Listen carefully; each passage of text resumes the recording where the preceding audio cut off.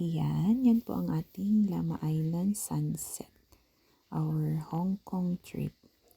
And then while waiting for yung ferry boat na nasasakyan natin going to the central, nag-sunset viewing muna tayo dun sa port ng Lama Island. And then, sabi nila, best sunset din daw mo sa Lama Island. So, ito yung Lama Island journey dito. Yan yung beach nila. Pero pagka in cases,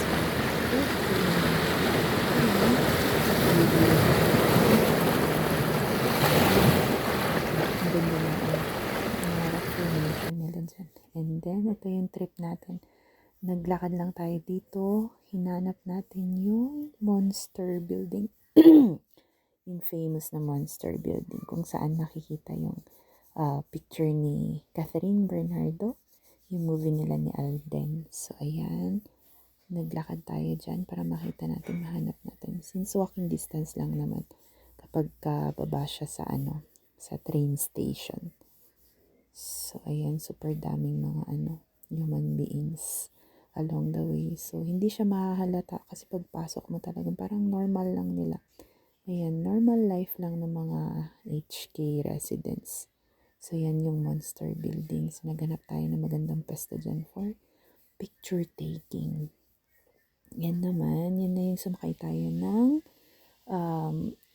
dingding tram. Ayan, so nakasakay tayo ng dingding tram dyan, going around the city. So, papunta tayo ng Central Hong Kong yan. So, pinangarap ko yan, yung makasakay sa dingding tram. So, second time balik ko ng Hong Kong, nakasakay na din ako sa wakas. So, ayan yung ating video clip dyan. Yan yung mga tram. Medyo mabagal yung takbo niyan, pero nice, very nice experience naman siya. So, yan, that's the city of Hong Kong. And then, ang ganda nung pagsa-sunset dyan pag nasa city ka. Kasi yung mga pag-light ng mga building nila. Super nice and relaxing. So, we are on our way to Central. Kasi dun sa Central, may mga doon. Nahabol natin yung Symphony of Lights. Pero hindi ko siya na video. So, next na lang. Next upload. Meron akong video nun yung Symphony of Lights. So, malapit na tayong bumaba niyan.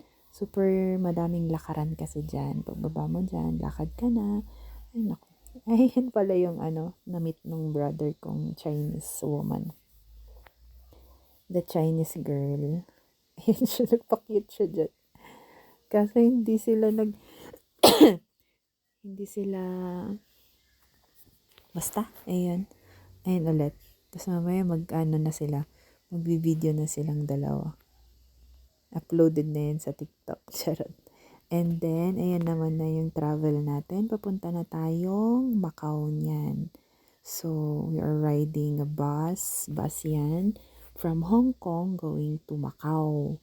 So, yan yung tunnel. Dadaan yan sa yung tunnel. Malamang tunnel nga eh. Sa loob yun ng yung tunnel. Ayan yung airport. Airport? Oo, airport yan ng Hong Kong. And then, we are going to Macau. Yan yung bridge. Nagko-connect sa Hong Kong to Macau. So, medyo malayo din yung biyahe. Nasa, if I'm not mistaken, 1 hour ata.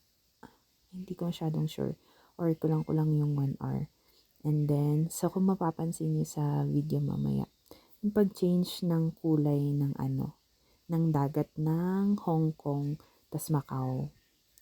Magpapalit kasi tunnel kasi yan, kaya madilim. Nasa under the, under the tunnel. Ilalim daw ng dagat yun.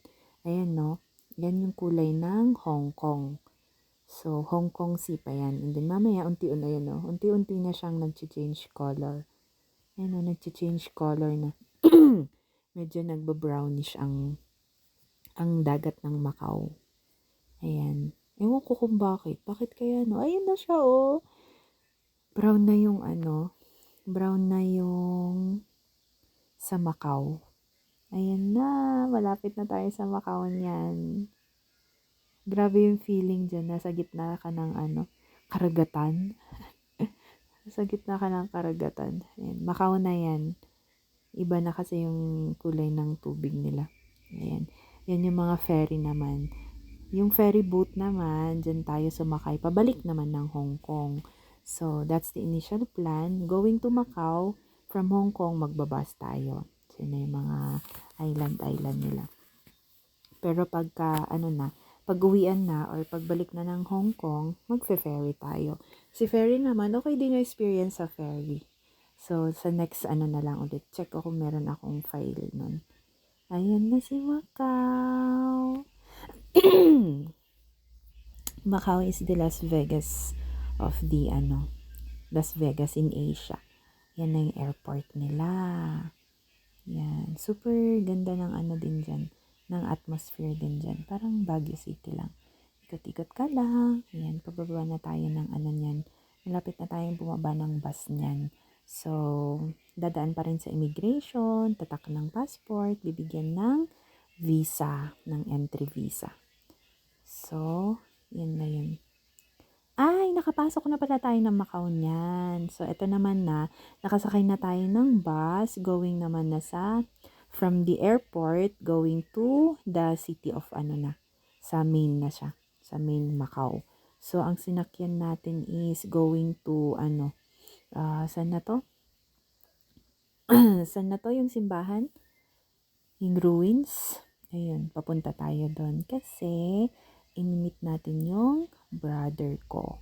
Siya yung mag-tutor sa atin around the city of Macau.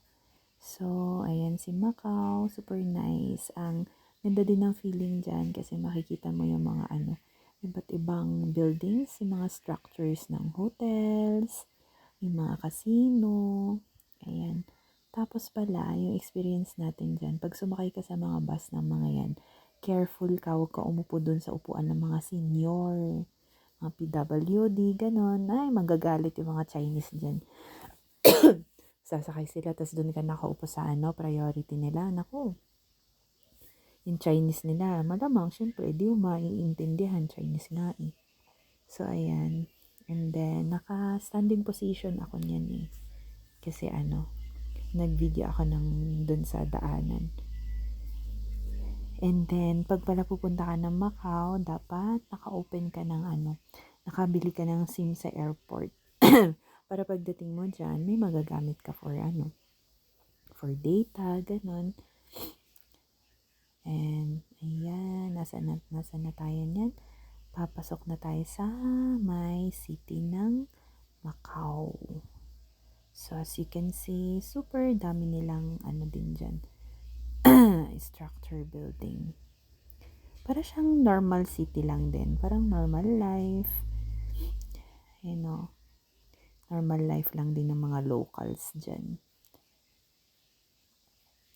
Ayan, malapit na tayo sa ating destination. Pag papasok ka na doon, kunyari hindi mo alam yung pupuntahan mo. Kung pupunta ka ng ruins, St. Paul ruins, yung church, yung simbahan na putol, makikita mo dun sa kalsada. Pag makita mo na medyo pa-vintage na yung design ng kalsada, ibig sabihin malapit ka nang bumaba. Kasi pagbaba mo naman na doon, pag makita mo na yung old na road, kalsada, madali na lang i-explore yung place. Then, walking distance naman yung mga mga tour sides dyan. So, ayan, malapit na tayong bumaba niyan kasi wala akong load niyan, wala akong data, wala akong anything to contact yung brother namin. Pero, yun nga, naalala ko yung sinabi na basta pagka malapit ka na dun sa mga old, yan na yun.